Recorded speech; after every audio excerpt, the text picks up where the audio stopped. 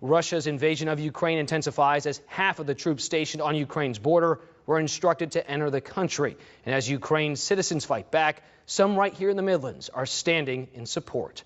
Our Madeline Stewart joins us now in studio with the latest. Madeline. Well, Joe, today a large group gathered right in front of the South Carolina State House to support Ukraine, and many of them have personal ties to the country. My father's there, my in-laws, and all my other multiple relatives.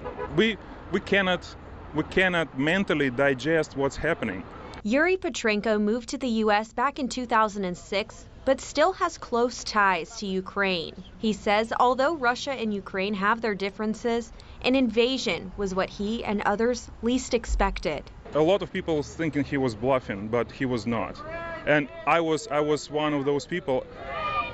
I could never imagine, because it's like, imagine Canadians will attack United States.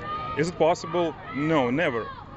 We were the same mindset with Russia and Ukraine. Now, rallies across the world show just how many people are backing Ukrainians, some even happening in Russia. I actually applaud 1,700 brave Russian people who came to protest.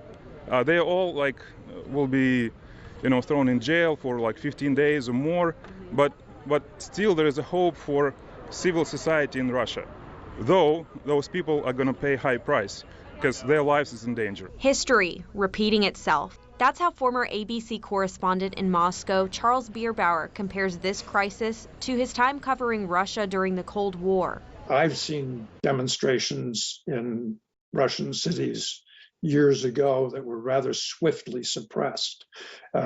People scooped up, arrested, as were the journalists, myself included. These look like they could be getting to a size where you can't just sweep everyone up and arrest everyone. One change, Bierbauer says, is social media. That capacity to marshal a crowd, and a crowd of some size and consequence that cannot be ignored, now exists because little things like this. But what effect will these rallies have? And that's where the question arises in my mind. How big do they get? How demonstrative are they? How effective are they? Do they reach a point where the security forces, the police forces, cannot just simply sweep them away? Petrenko, shaken by the crisis in his home country, is focusing on family and thankful for the support. I'm spending a lot of time watching news recently. I go to bed late, I wake up in the morning and I hear the news. I'm driving to work, I'm crying, and yeah, it's really bad what's happening right now. I call my father on the phone twice a week.